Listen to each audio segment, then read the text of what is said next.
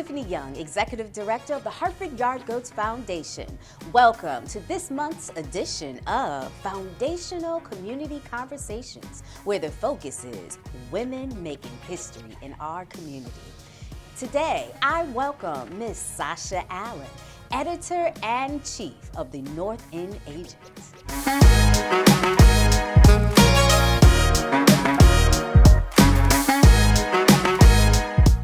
The Northend Agent is iconic throughout the city of Hartford. It has been the flagship for community publication for generations.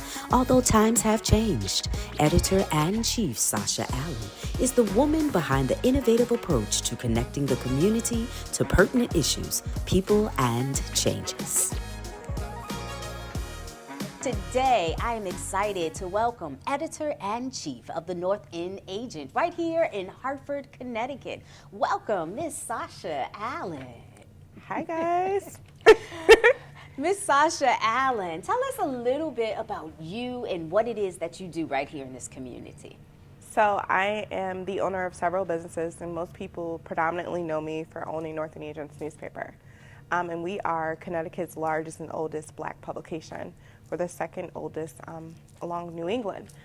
And we provide empowerment, we provide truth, and a safe space for Black people to get information without worrying about biasness, things being watered down, but actually being able to get the information, and the information they may not.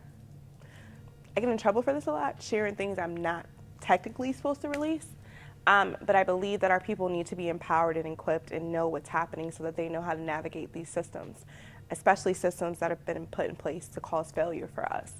And so day to day, it is crazy. It is busy. No day is the same. It's a very passionate publication. It's family owned.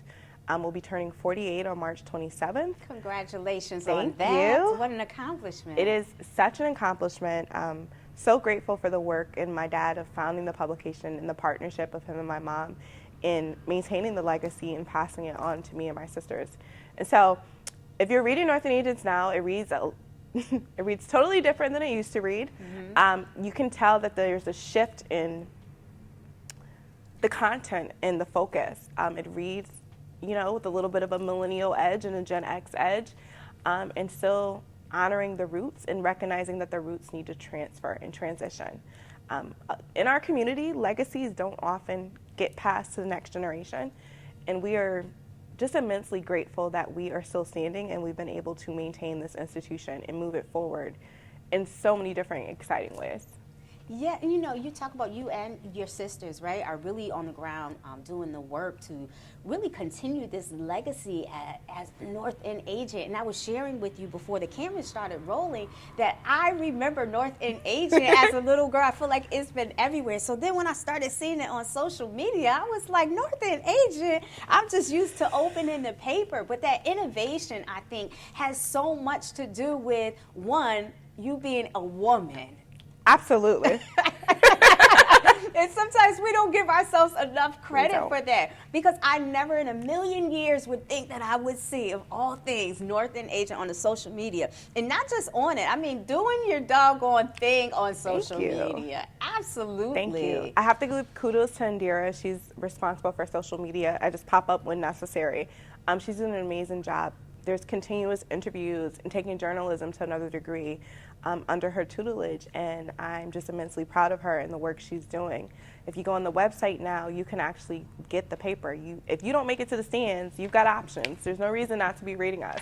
So, but we are really innovating with the way media is shifting and the requirements of the shift and not getting left behind, and really seeing that and also embracing that. There's some journalists who are very upset at how media is shifting, and really looking at how to stay engaging and also how to stay true to the core. So there's a lot of things that is not said in media, a lot of things that are withheld, and a lot of things that are just not actual factual. And like seeing things that are becoming viral without actual facts or accreditation to sources, It's a lot, and the whole industry is shifting, but you have to like get excited about those shifts and recognize how much it's come. You know, with looking at Black Twitter, so many folks who really should be journalists are discovering like this is a fun industry to get in, and we need more people who look like us in this industry. Yes, yes, who look like us, both as women and people of color. Yes. Absolutely. So that actually leads me to my next question. What have you found most challenging in this industry as a woman? My voice. When I'm at the table, it's often, we invited you to the table, but we don't want you to really talk. And really being clear, like my voice is my most powerful tool, and it will not be silenced. And if I'm at the table, I'm talking. And if I can't talk, I don't want to be at your table. I can build my own table. Yes. And so I'm really being confident in that. I think that women are often quiet.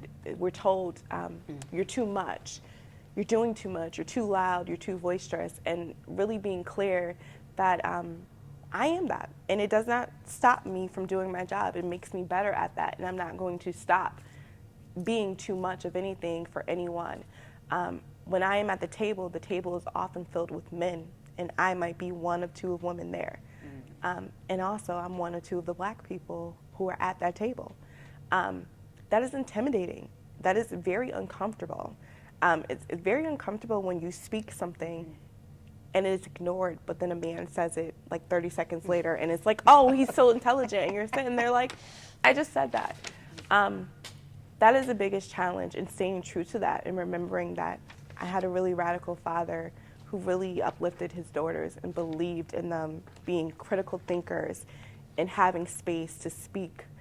He didn't always agree with us, but he made sure he instilled that. And then my mother was very pro-women and very solid and sure of her daughters would be powerful, and she wasn't going to stop until they were aligned with the right people and the right opportunities to bring that forth. I think that's rare, because a lot of times as Black women, we get silenced, and we teach our children how to blend in and not how to stand out. And she just was like, no, my children are special. There's no need in you blending. Be who you are. And so those two people cultivated what you see in the continuation of these legacies and adding to them. You know, and I think it's so powerful that you talk about the impact and the power of our parents, because oftentimes that's not the conversation that we're having. And I'm always elated to hear the power of fathers on daughters. And I can certainly relate to that because it's our fathers first who really instill in us who we are, right? And how we become going forward. So when I hear the father stories, I get all melty and teary-eyed because we don't hear enough about them. And to really understand, especially as women of color, the impact, of course, that our moms have on us, but also our fathers. And I think that's an important message. So I would say, you know, there's young girls who see you out here, they see you, who might even be out here watching today. What advice would you give them as someone right now, a woman making history right here in this community, a trailblazer yourself?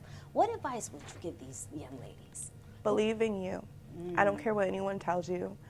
I don't care what the environment feels like. I don't care.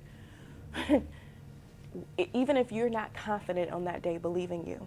You have the ability to shift the energy in any space you walk into. Your gifts make room for you. And you are not limited by anybody else's belief or constraints of you. You create you. One of my favorite things to tell young women is if this version of you is no longer serving you, go back to the drawing board. Figure out what version is better. You have limitless opportunities to reinvent yourself.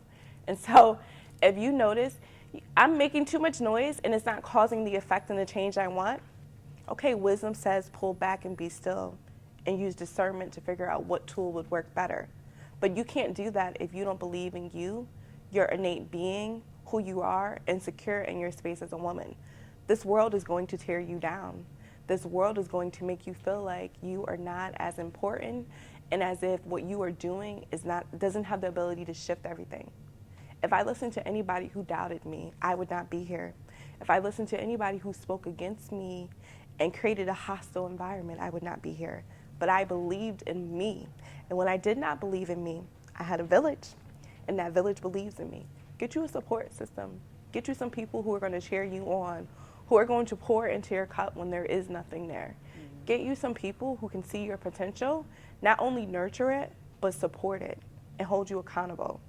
So when I think about making myself small, because I do that sometimes, and I do deal with imposter syndrome, the village comes in and it's like, we're taking every opportunity. Let's go. What's happening here?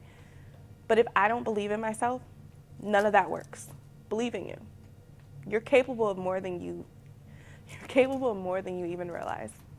Wow, that's so powerful. And really the power of sisterhood and womanhood. So I leave you with this one last question. Tell me about an influential woman in history. This question is really hard for me because I would love to, quote so many amazing women. In journalism, you have Ida B. Wells, and I love Ida. I love what that ancestor was able to create and who she was able to be and how she shifted how we respond to the feminism movement, how we navigate. And she wanted all the smoke, and I like people who want all the smoke. That's my jam. But when I think about the women who change this world, it is mothers. They show up, they stand in the gap, they love on their children, they pull them forth, they bear them earthside, and they are able to look at them as whole humans and speak to them and pull out what's necessary.